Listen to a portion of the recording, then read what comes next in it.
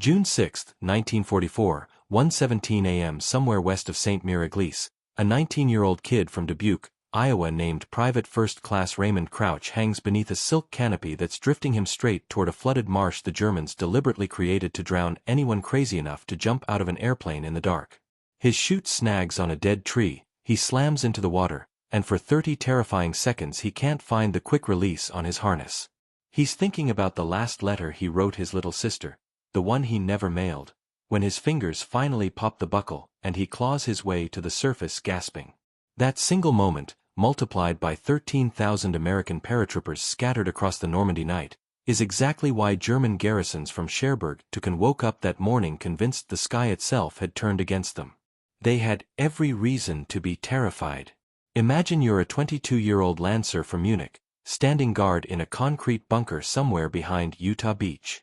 You've heard rumors of an invasion, sure, but everyone says it'll come at high tide, at dawn, with ships you can see for miles. Instead, the first thing you hear at 12:30 in the morning is a low, angry growl rolling across the sky like 1,000 distant freight trains. Then the anti-aircraft guns open up and the horizon lights up with tracers, and suddenly black blossoms are blooming everywhere overhead, hundreds, then thousands of parachutes drifting down through the flak like deadly snow. Your sergeant is screaming that they're dummies, that the Amos are dropping straw men with firecrackers tied to their legs, but then you hear the first crisp chatter of a Thompson submachine gun somewhere out in the hedges and you realize those aren't dummies hitting the ground. Those are American boys, and they're already behind you. That's the genius of the night drop. While the greatest invasion fleet in history is still hours away from the beaches, Eisenhower has already slipped an invisible army into the heart of Hitler's Atlantic Wall. The 82nd Airborne, the 101st Airborne, 13,000 screaming eagles falling out of the sky with nothing but a parachute, a rifle, and orders to raise hell until the seaborne troops link up. And because they come at night, because they come scattered across 50 square miles of hedgerows and swamps and villages that don't even appear on most maps, the Germans never know how many there really are. One frightened sentry sees a dozen chutes and swears it was 100. A company commander counts 50 paratroopers moving through an orchard and reports an entire regiment. By dawn, Rommel's headquarters is getting reports of American paratroopers in places 50 miles apart at the exact same time. Panic spreads faster than any bullet. Take Private First Class John Joseph Kelly from Brooklyn, Pathfinder for the 101st. His stick jumps at 12:48 a.m., the first Americans over Normandy. Their job is to light the Hollerith beacons so the follow-up serials know where the drop zones are supposed to be. Kelly lands in a plowed field, cuts himself free, and immediately hears German voices 30 yards away. He clicks his toy cricket once. Click-clack. 2 clicks answer back. Good guys. 3 more paratroopers converge on him in the dark. In 10 minutes they have the T-beacon lit, a faint amber glow pointing the way for the armada still roaring overhead. Then a German patrol stumbles right into them. No time for subtlety. 4 Thompsons open up at 20 feet. When the shooting stops, the beacon is still burning and the Pathfinders are gone, ghosts already moving toward their next objective. The Germans left behind never report how many Americans they fought, only that they came out of nowhere and vanished just as fast. That's what keeps the garrisons up all night. Every shadow might be a paratrooper. Every click in the darkness might be that damn cricket. German soldiers start shooting at cows, at trees, at each other. One battery near Saint-Come-du-Mont expends 2,000 rounds of 88mm ammunition at phantom paratroopers that turn out to be shreds of torn canopy flapping in the wind. Another garrison at Brevans locks itself inside its own bunker and refuses to come out until well past noon because someone swears he heard American voices speaking perfect German just outside the door. The psychological whip is cracking before the first Sherman tank ever touches sand. But the paratroopers pay a price for the terror they sow. The night is cloudy, the wind is gusting 20 miles an hour, and many pilots, scared green by the heaviest flak they've ever seen, push their sticks out earlier than planned. Men land 10, 15, 20 miles from where they're supposed to be. Equipment bundles vanish into marshes never to be seen again. Whole companies are reduced to a handful of guys with whatever they can scrounge. And yet that very chaos becomes their greatest weapon. Picture Lieutenant Colonel Robert G. Cole, commanding the 3rd Battalion, 502nd Parachute Infantry Regiment. He's supposed to land near Saint Martin de Variville with 700 men. Instead, only 38 troopers assemble on him in the first hour. They have 2 machine guns, 1 mortar tube with no baseplate, and whatever ammo they're carrying in their pockets. Cole looks at the ragtag group, shrugs, and says, "Well, boys, looks like we're the regiment tonight." Then he leads them straight toward Exit 2 off Utah Beach, one of the 4 vital causeways the 4th Infantry Division will need at dawn. Along the way they ambush a German convoy, capture a command post, and blow up a bridge the enemy planned to use for counterattacks. 38 men do the work of a reinforced battalion, simply because the Germans can't believe so few Americans would be that bold. Or think about Private First Class Charles Malley from Chicago, 506th PIR. He lands alone in a tree outside a tiny hamlet called Adaville. While he's cutting himself down with his switchblade, a German staff car pulls up underneath him. 4 officers get out to light cigarettes and study a map by flashlight. Malley drops right on top of them, screaming like a banshee. The officers scatter. Malley grabs the map, stuffs it in his jacket, and runs like hell. That captured map turns out to show every strong point between Utah and the Douve River bridges. When the pieces of the 101st finally start linking up at dawn, that greasy, blood-smeared map becomes the difference between confusion and victory. And the stories keep coming.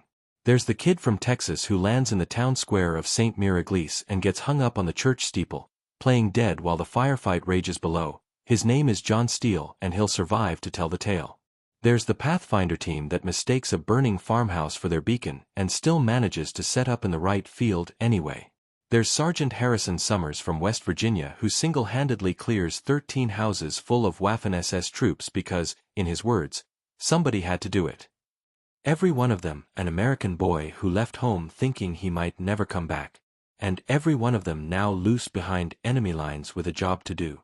By 4 a.m. the German 91st Division commander is on the phone to 7th Army headquarters practically begging for permission to pull his coastal garrisons back inland. He says American paratroopers are everywhere, that his men can't move without being ambushed, that the whole Cotentin Peninsula is crawling with Fallschirmjäger in reverse. Permission is denied. Rommel's orders are to hold the coast at all costs, but the damage is done. Entire companies abandon their bunkers and head east looking for someone in authority who can tell them what the hell is going on. The Atlantic Wall, that vaunted line of concrete and steel the Führer bragged was impregnable, has been gutted from the inside out by a bunch of teenagers who jumped out of airplanes in the middle of the night. And here's the moment that changes everything. At 5:30 a.m., just as the first gray hint of dawn creeps over the horizon, the men of the 82nd Airborne reach the tiny village of Neuville-aux-Plaines, north of St. Mireglise. A single company under Captain Roy E. Creek, barely 60 paratroopers left out of 200, digs in along a hedgerow to face what German reconnaissance says is an entire enemy battalion moving south to retake the town. If that German force breaks through, it will drive straight into the back of the American landings at Utah Beach before the 4th Division can even get off the sand. 60 exhausted, half-armed paratroopers stand between the invasion and disaster. The Germans come on in perfect parade ground formation, for companies strong, with half-tracks and 20mm flak guns. The first wave is only 100 yards away when Creek's men open fire. Machine guns chatter, bazooka rockets streak out, rifles crack in steady, deliberate rhythm. The Germans falter, then charge again.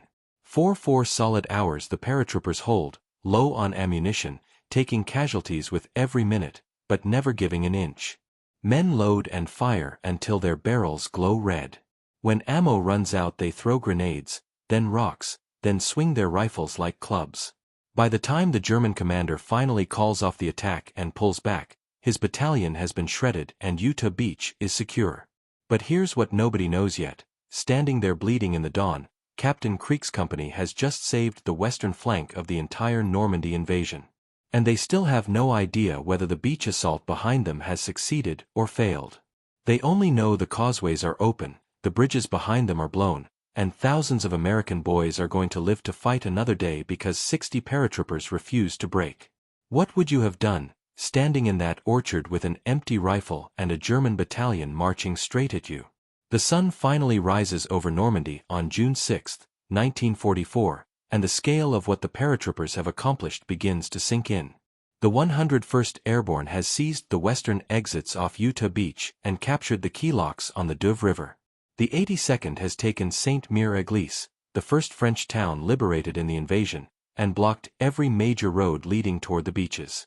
German counterattacks that were supposed to throw the Americans back into the sea arrive hours late and in piecemeal confusion because no one can find their units in the chaos sown by the night drops. The terror that began at midnight has bought the Allies the most precious commodity in warfare, time.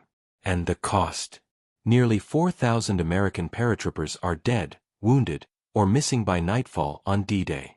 Some drowned in those flooded marshes with 90 pounds of equipment dragging them down. Some were shot before they hit the ground. Others simply vanished into the dark and were never seen again. But every one of them knew the risk when they stood in the door of that C-47 and looked down at the fires of Normandy rushing up to meet them. They jumped anyway. Years later, a German general captured in the Cotentin Peninsula will write in his diary that the single greatest shock of the invasion was not the fleet of ships or the storm of naval gunfire. It was the realization that the Americans had men willing to leap blind into the night, alone if necessary, just to land on the wrong side of the wall and start the fight early. That willingness, that raw, reckless courage, is what broke the Atlantic Wall long before the first landing craft ever scraped the sand. Those paratroopers didn't win the war in a single night, but they made damn sure the war could be won. And every time a frightened German sentry heard a click-clack in the darkness after June 6, 1944, he remembered the lesson those American boys taught the Wehrmacht with silk parachutes and Tommy guns. When the sky fills with screaming eagles, the ground belongs to the brave. Their story still echoes every time a modern paratrooper stands in the door and feels that old familiar rush.